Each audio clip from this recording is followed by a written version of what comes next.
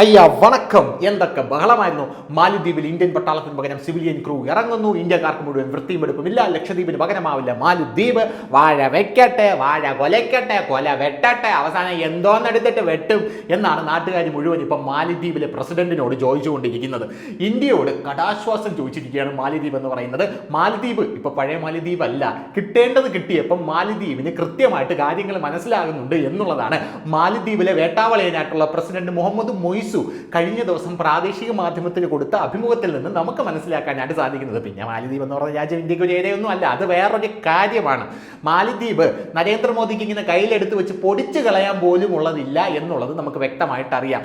അങ്ങേര് തെക്ക് വടക്ക് അങ്ങോട്ടും ഇങ്ങോട്ടും 4 സ്റ്റെപ്പ് നടന്നാൽ തന്നെ മതി, $2 ബില്യൺ സാമ്പത്തിക നഷ്ടം തെക്ക് വടക്കിന് മാലിദ്വീപിന് കിടക്കുന്നു എന്ന് നമ്മളെല്ലാവരും കണ്ടതാണ്. ഇന്ത്യക്കാർ മാലിദ്വീപിലോട്ട് പോകാത്തതുകൊണ്ട് $2 ബില്യൺ നഷ്ടമാണ്. 2 മില്യൺ അല്ല, 2 ബില്യൺ. ഒന്നുകൂടെ കേട്ടോ, സുഡാപ്പികളോടാണ്. $1 ബില്യൺ നഷ്ടമാണ് മാലിദ്വീപിന് വന്നത് എന്ന റിപ്പോർട്ടുകളൊക്കെ നമ്മൾ കണ്ടതാണ്. സുഡാപ്പികളൊക്കെ അമുങ്ങിയിരുന്ന് കരയുന്നത് നമുക്ക് കാണാനായിട്ട് സാധിക്കുന്നുണ്ട്. എന്തായിരുന്നാലും നമുക്ക് ആ മാലിദ്വീപ് പൊളിഞ്ഞടുങ്ങിയ ആ കഥയിലേക്കും പിന്നീട് നരേന്ദ്രമോദി മാലിദ്വീപിനെ ആടിച്ചൊതുക്കി ചാക്കി കെട്ടിയ കഥയിലേക്കും നമുക്കൊന്ന് പോയിട്ട് വരാം വളരെ പെട്ടെന്ന്. ചിലർക്ക് ചൊറിച്ചിലുണ്ടാവാനുള്ള സാധ്യതയുണ്ട്. അങ്ങനെ ചൊറിച്ചിലുണ്ടാവുന്നവർ ഒരു ബെർണോളും കൂടെ കയ്യിൽ കരുതിക്കൊള്ളുക എന്ന് മാത്രമേ പറയാനുള്ളൂ. എന്തായാലും മാലിദ്വീപ് എന്ന് പറയുന്ന അതിസുന്ദരമായിട്ടുള്ളൊരു ദ്വീപ്,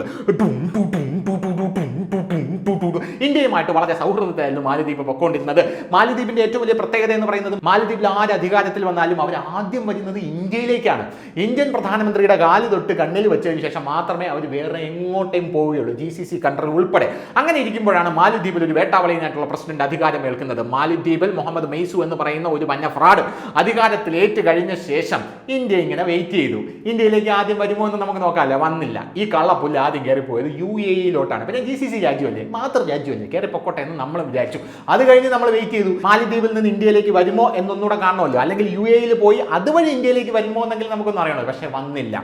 ഈ കള്ളപ്പുല്ല് വീണ്ടും പോയത് ചൈനയുടെ അടുത്തേക്കാണ്. അപ്പോൾ ഏകദേശം ഇന്ത്യക്ക് കാര്യങ്ങളൊക്കെ പിടികിട്ടി. ഈ കാര്യങ്ങളൊക്കെ ഏത് വഴിക്കാണ് പോകുന്നതെന്ന് നമുക്കറിയാം. പിന്നെ ചൈനയെ നമുക്കറിയാമല്ലോ, കോവിഡ് എന്ന് പറയുന്ന ഒരു സാധനം തുറന്നു വിട്ട് കഴിഞ്ഞാൽ ജനങ്ങളെ മുഴുവൻ കുത്തുവാള എടുപ്പിച്ചിരിക്കുന്ന രാജ്യമാണ്. ചതിയുടെ അങ്ങേ അറ്റമാണ് ചൈന എന്ന് പറയുന്നത്. അതെല്ലാവർക്കും അറിയാം. ഈ ചൈനയുടെ പ്രധാനപ്പെട്ട ടെക്നിക്ക് എന്ന് പറഞ്ഞാൽ എല്ലാവർക്കും അറിയാവുന്ന കാര്യമാണെങ്കിലും ഒന്നുകൂടെ പറയാം, ഡെറ്റ് ട്രാപ്പ് ആണ്. ഡെറ്റ് ട്രാപ്പ് എന്ന് പറഞ്ഞാൽ കടം കൊടുത്ത് ചൈന ആ രാജ്യത്തെ മുഴുവനായിട്ട് ഇങ്ങ് വിലക്കെടുക്കും. ഉദാഹരണത്തിന് 5 രൂപ മാത്രം വരുമാനമുള്ള ഒരു തന്നെ ചൈന കൊണ്ടുവന്ന് 500 രൂപ കടം കൊടുക്കും. ചൈന പറയും, നിങ്ങൾക്ക് നമ്മൾ പാലം കെട്ടി തരാം, നിങ്ങൾക്ക് നമ്മൾ അത് ചെയ്ത് തരാം, ആന തരാം, ചേന തരാം, പൂന തരാം എന്നൊക്കെ പറഞ്ഞ് ചൈന അകത്തോട്ട് കയറി ചെന്നിട്ട് ഇതെല്ലാം ചൈന ചെയ്തു കൊടുക്കും. മാലിദ്വീപിലുണ്ട് നല്ല ഗമണ്ടം പാലങ്ങളൊക്കെ ചൈന കെട്ടിക്കൊടുത്തത്. അങ്ങനെ അകത്തോട്ട് പതുക്കെ ചെന്ന് കഴിഞ്ഞ ശേഷം ചൈനയുടെ വിശ്വരൂപം പുറത്തെടുക്കും. ചൈന എന്നിട്ട് പോയിട്ട് പറയും, പാലവും സംഭവമൊക്കെ കെട്ടിത്തന്നല്ലോ, അപ്പൊ അതിന്റെ പൈസ.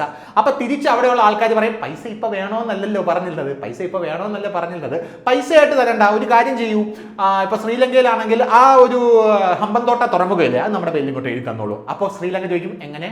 അല്ല, ഹമ്പന്തോട്ട തുറമുഖമില്ലേ, അത് നമ്മുടെ പേരിൽ ഇങ്ങോട്ട് എഴുതി തന്നോളൂ. ഈ ചൈനയുടെ പ്രധാനപ്പെട്ട ലക്ഷ്യം എന്ന് പറയുന്നത് ഇന്ത്യൻ മഹാസമുദ്രത്തിൽ ചൈനയ്ക്ക് ആധിപത്യം സ്ഥാപിക്കണം. ഇന്ത്യൻ മഹാസമുദ്രം നമ്മുടെ സമുദ്രമല്ലേ, അപ്പൊ നമ്മളറിയാതെ അവിടെ ചൈനയുടെ ഒരു കപ്പൽ വരുന്നത് നമുക്ക് ക്ഷീണമല്ലേ. നരേന്ദ്രമോദി അതൊക്കെ ആടിച്ചൊതുക്കി ചാക്കി കെട്ടി ഹമ്പന്തോട്ട തുറമുഖം ചൈന അവിടെ എഴുതിയെടുത്തപ്പോൾ അതിന്റെ തൊട്ട് പിറകിലുള്ള ലക്ഷദ്വീപിൽ നരേന്ദ്രമോദി നേരെ പ്രഫുൽ ഖോഡ പട്ടേലിനെ അയച്ചു. പ്രഫുൽ ഖോഡ പട്ടേൽ അവിടെ ചെന്നപ്പോഴാണ് ഇവിടെയുള്ള സുഡാപ്പികളും കമ്മികളും കൊങ്ങികളും എല്ലാം കൂടെ ചാടി തുടങ്ങിയത്. അയ്യോ, മരത്തിന് പെയിന്റ് അടിക്കുന്നു, ബീഫ് നിരോധിക്കുന്നു എന്നൊക്കെ പറഞ്ഞിട്ട്. സത്യം പറഞ്ഞ ഇടയിൽ നീ ഒന്നും വിചാരിക്കുന്ന സംഭവത്തിനല്ല അങ്ങേരെ അവിടെ ചെന്നത്. ലക്ഷദ്വീപ് എന്ന് പറയുന്ന ആ ഒരു ദ്വീപിനെ വികസിപ്പിക്കുന്നതിനോടൊപ്പം തന്നെ അതൊരു ചെറിയ നേവൽ ബേസ് ആക്കുക എന്നുള്ളതും നമ്മുടെ പ്രഫുൽ ഖോഡ പട്ടേലിന്റെ മനസ്സിലുണ്ടായിരുന്നു. അതിന്റെ പണികൾ ഇപ്പോഴും നടന്നുകൊണ്ടിരിക്കുകയാണ്. കാരണം നമ്മുടെ ഹമ്പന്തോട്ട തുറമുഖത്തിൽ നിന്ന് ചൈന ഒരു കപ്പൽ ഇന്ത്യൻ മഹാസമുദ്രത്തിലേക്ക് ഇറക്കുകയാണെങ്കിൽ ഹമ്പന്തോട്ട തുറമുഖം ഇവിടെയാണ്, അതിന്റെ തൊട്ട് പിറകിൽ നമ്മൾ ഗണ്ണുമായിട്ട് നിൽപ്പുണ്ട്, അവന്റെ പെട്ടി അടിച്ച് പൊട്ടിക്കാൻ എന്നുള്ള രീതിയിലാണ് നമ്മൾ ലക്ഷദ്വീപ് വികസിപ്പിച്ചെടുക്കുന്നത്. അപ്പോ ചൈന എന്ത് ചെയ്തു? നേരെ മാലിദ്വീപ് കയറി പിടിച്ചു. മാലിദ്വീപിൽ ചൈന വലിയ രീതിയിൽ പൈസ ഇൻവെസ്റ്റ് ചെയ്യാൻ തുടങ്ങി. ചൈന അങ്ങനെ മാലിദ്വീപിൽ വലിയ രീതിയിൽ പൈസ ഇൻവെസ്റ്റ് ചെയ്ത് വന്നപ്പോൾ അവിടെ പീപ്പിൾസ് ഡെമോക്രാറ്റിക് കോൺഗ്രസ് എന്ന് പറയുന്ന നമ്മുടെ മുഹമ്മദ് മൊയ്സു, ഇന്ത്യ വിരുദ്ധനാണ്, വേട്ടാവളിയൻ, അങ്ങനെയുള്ള ഒരു സർക്കാർ അവിടെ എത്തുന്നു. അങ്ങനെ എത്തിയപ്പോൾ ഇയാൾക്ക് ചൈനയോടാണ് കൂടുതൽ കൂറ്. അങ്ങനെ ചൈനയോട് കൂടുതൽ കൂറുള്ള ഇയാൾ എന്ത് ചെയ്തു? ചൈനയെ സപ്പോർട്ട് ചെയ്യാൻ തുടങ്ങി. ഇന്ത്യ ഇതുവരെ മാലിദ്വീപിന് ചെയ്തു കൊടുത്ത സകലമാന കാര്യങ്ങളും അവഗണിച്ച്, കാരണം മാലിദ്വീപിന് ഇന്ത്യ ഒരുപാട് കാര്യങ്ങൾ ചെയ്തു കൊടുത്തിട്ടുണ്ട്. ഇന്ത്യയിൽ നിന്ന് 76 പട്ടാളക്കാർ മാലിദ്വീപിൽ സ്റ്റേ ചെയ്യുന്നുണ്ട്. അതെന്തിനാണെന്ന് അറിയാമോ? ഇന്ത്യയിൽ നിന്ന് 76 പട്ടാളക്കാർ നിലവിൽ സിനുഗാനിൽ എന്ന് പറയുന്ന അദു സിറ്റിയിലാണ് ഇന്ത്യൻ സൈനികർ നിലയുറപ്പിച്ചിരുന്നത്. അപ്പോൾ ഇന്ത്യൻ സൈനികരെല്ലാം ഇവിടെ നിന്ന് ഇറങ്ങി പുറത്തു പോകണം, നമ്മൾ പുതിയ സിവിലിയൻ ക്രൂവിനെ ഇറക്കും ഇന്ത്യൻ സൈനികർക്ക് പകരം എന്ന് പറഞ്ഞു. നമ്മൾ അത് മാത്രമല്ല, അവിടെയുള്ള ജനങ്ങളുടെ ക്ഷേമത്തിന് വേണ്ടിയിട്ട് ഇന്ത്യ ഒരു ഡോർണിയർ വിമാനം കൂടെ ഈ പറഞ്ഞ ഫ്രാഡിന് വേണ്ടി സ്വനത്തി കൊടുത്തിട്ടുണ്ടായിരുന്നു. ആ ഡോർണിയർ വിമാനം ഓപ്പറേറ്റ് ചെയ്യാൻ എല്ലാം കൂടെയാണ് ഇന്ത്യൻ സൈന്യത്തിനെ അങ്ങോട്ടേക്ക് വിട്ടത്. മാലദ്വീപിലെ ജനങ്ങൾക്ക് മാനുഷികവും മെഡിക്കൽ ഒഴിപ്പിക്കൽ സേവനങ്ങളും നൽകുന്ന ഇന്ത്യൻ ഏവിയേഷൻ പ്ലാറ്റ്ഫോമുകളുടെ തുടർ പ്രവർത്തനം സാധ്യമാക്കുന്നതിനാണ് പരസ്പരം പ്രവർത്തനക്ഷമമായ ഒരു കൂട്ടം പരിഹാരങ്ങൾ ഇരുപക്ഷവും അംഗീകരിച്ചതായി ഇന്ത്യയുടെ വിദേശകാര്യ മന്ത്രാലയം അന്ന് പറഞ്ഞത്. ഇത്രയും കാര്യങ്ങളൊക്കെ ഇന്ത്യ ചെയ്തു കൊടുത്തിട്ടും ഇന്ത്യൻ സൈന്യം പുറത്തേക്ക് പോകണം എന്നുള്ള നിലപാടാണ് മൊയ്സു എടുത്തത്. അന്നേ പറഞ്ഞു മൊയ്സു എടാ കളിക്കല്ലടാ, ഇത് മോദി ആടാ കളിക്കല്ലേ മോനെ എന്നന്നേ പറഞ്ഞതാണ്. അങ്ങേര് ഒന്നും ചെയ്തില്ല. അങ്ങേര് വാ മൂടിക്കെട്ടി നേരെ ലക്ഷദ്വീപിലേക്ക് വന്നു. നേരെ ലക്ഷദ്വീപിലേക്ക് വന്ന് താറൊടുത്തിട്ട് ലക്ഷദ്വീപിലൂടെ തെക്ക് വടക്കനെ 10 റൗണ്ട് അങ്ങോട്ട് നടന്നിട്ട് ഒരു ഫോട്ടോ എടുത്ത് സോഷ്യൽ മീഡിയയിൽ അങ്ങോട്ട് പോസ്റ്റ് ചെയ്ത് പിന്നെ ഒരു വെടിയും പുകയും മാത്രമേ മുഹമ്മദ് മൊയ്സുവിന് ഓർമ്മയുള്ളൂ എന്നുള്ളതാണ് നമുക്ക് അറിയാനായിട്ട് സാധിക്കുന്നത്. മുഹമ്മദ് മൊയ്സുവിന്റെ മന്ത്രിമാരെല്ലാം അങ്ങോട്ട് ഹാലളവി. അതിൽ 3 മന്ത്രിമാര് നരേന്ദ്രമോദിക്കെതിരെ തെറി പറഞ്ഞ് രംഗത്തെത്തി. നരേന്ദ്രമോദി എന്ന് പറയുന്ന ഒരു ക്ലൗൺ ആണ്, ഒരു ജോക്കർ ആണെന്ന് പറഞ്ഞു. അതൊക്കെ കേട്ട് ഇവിടെയുള്ള കുറെ എണ്ണം ചിരിച്ചുകൊണ്ടിരിക്കുകയായിരുന്നു. നരേന്ദ്രമോദി എന്ന് പറയുന്നത് ക്ലൗൺ ആണെന്നൊക്കെ ഉള്ള പറഞ്ഞു കേട്ടത്. അത് സുഡാപ്പികൾ എന്ന് പറയും നമ്മൾ. പിന്നെ കമ്മികളും ചിരിച്ചു. കമ്മികൾക്ക് പിന്നെ കൂടുതൽ ചിരി വരണമെങ്കിൽ ചൈന മോദിയെക്കുറിച്ച് എന്തെങ്കിലും പറയണം. കാരണം ചൈനയാണല്ലോ ഇവന്മാരുടെ തന്തമാരി. അതുകൊണ്ട് കമ്മികൾ അപ്പോഴേ ചിരിക്കും. ഇവിടെയുള്ള സുഡാപ്പികൾ അതുകൊണ്ട് ചിരിച്ച് അങ്ങനെ അറുമാതിച്ചിരിക്കുകയായിരുന്നു. അങ്ങനെ അറുമാതിച്ചിരിക്കുന്ന സമയത്താണ് മോദി ഒന്നും മിണ്ടിയില്ല. മോദി അപ്പോഴും മൗനത്തിൽ തന്നെ ഇരുന്നു. നരേന്ദ്രമോദിയുടെ ലക്ഷ്യം കൂടുതൽ പൂർത്തീകരിക്കാനാണ് ഈ 3 മന്ത്രിമാരും മോദിയെ തെറി പറയുക കൂടെ ചെയ്തത് എന്ന് മോദിക്ക് മനസ്സിലായി. ഒന്നും പറയാതെ മിണ്ടാതിരുന്നു. ഇന്ത്യയിൽ മുഴുവൻ ജനരോഷം ആളിക്കത്തി. പക്ഷെ രായപ്പ ഒന്നും പറഞ്ഞില്ല കേട്ടാ. ലക്ഷദ്വീപിൽ ജനങ്ങളുടെ പ്രഫുൽ ഖോഡ പട്ടേൽ അങ്ങോട്ട് ചെന്നപ്പോൾ മാത്രമേ രായപ്പന്റെ വാ തുറന്നുള്ളൂ. ഇന്ത്യൻ പ്രധാനമന്ത്രിയെ, ഇന്ത്യയിലെ മുഴുവൻ ജനങ്ങളെയും, ലക്ഷദ്വീപിലെ ജനങ്ങളെയും നമ്മുടെ മാലദ്വീപിലെ പ്രസിഡന്റും അവിടെയുള്ള ആൾക്കാരും അധിക്ഷേപിച്ചവൻ രായപ്പന്റെ നാ പറഞ്ഞപ്പോൾ എന്തായാലും അത് അവിടെ നിൽക്കട്ടെ. അങ്ങനെ ഇന്ത്യയിൽ രോഷം മുഴുവൻ ആളിപ്പടർന്നു. അങ്ങനെ പല ഇന്ത്യൻ സിനിമാ താരങ്ങളും ട്വീറ്റ് ചെയ്തു, ഇന്ത്യയിലെ അത്ലറ്റിക് താരങ്ങൾ ട്വീറ്റ് ചെയ്തു. അങ്ങനെ മാലദ്വീപിലേക്ക് ആരും പോകാതായി. അങ്ങനെ മാലദ്വീപിന്റെ സകലമാന ടൂറിസം വരുമാനവും, ഇന്ത്യക്കാരാണ് അവിടെ ഏറ്റവും കൂടുതൽ ചെല്ലുന്നത്, അവർ വരാതായതോടുകൂടി സകലമാന ടൂറിസം വരുമാനവും ഡമുക്ക് ഡുമുക്ക് ഡമാർ ഡുമാർ ഡിമാർ എന്ന് പറഞ്ഞ് തകർന്നടിഞ്ഞ് പണ്ടാരം അടങ്ങുന്ന കാഴ്ചയാണ് നമുക്ക് കാണാനായിട്ട് സാധിച്ചത്. ഒരു പ്രശ്നമില്ല, സന്തോഷം മാത്രമേ ഉള്ളൂ എന്നേ പറയാനുള്ളൂ. അത് കഴിഞ്ഞും മാലദ്വീപ് ഇന്ത്യയോടുള്ള ഇത്തരത്തിലുള്ള നിലപാട് തുടർന്നു. ഇനി അങ്ങേര് തെക്ക് വടക്ക് 2 റൗണ്ട് നടന്നാൽ പിന്നെ മാലദ്വീപിന് എഴിച്ചു കിടക്കാൻ പോലും ശേഷിയില്ല എന്ന് മൊയ്സുവിന് മനസ്സിലായില്ല. പക്ഷേ ഇപ്പോൾ മാലദ്വീപ് തന്റെ നിലപാട് മുഴുവനായി മാറ്റി രംഗത്തെത്തിയിരിക്കുകയാണ്. മാലദ്വീപ് പറയുന്നത് ഇന്ത്യ ഞങ്ങൾക്ക് കടാശ്വാസം തരണം. ഇന്ത്യ ഒരു 3500 കോടി രൂപ ഉണ്ടല്ലോ, ആ രൂപ നമുക്ക് എങ്ങനെയെങ്കിലും ഒരു ആശ്വാസമായിട്ട് തരണം എന്ന് പറഞ്ഞ് ഇന്ത്യയുടെ കാല് പിടിക്കാനായിട്ട് മാലദ്വീപ് എത്തിയിരിക്കുകയാണ്.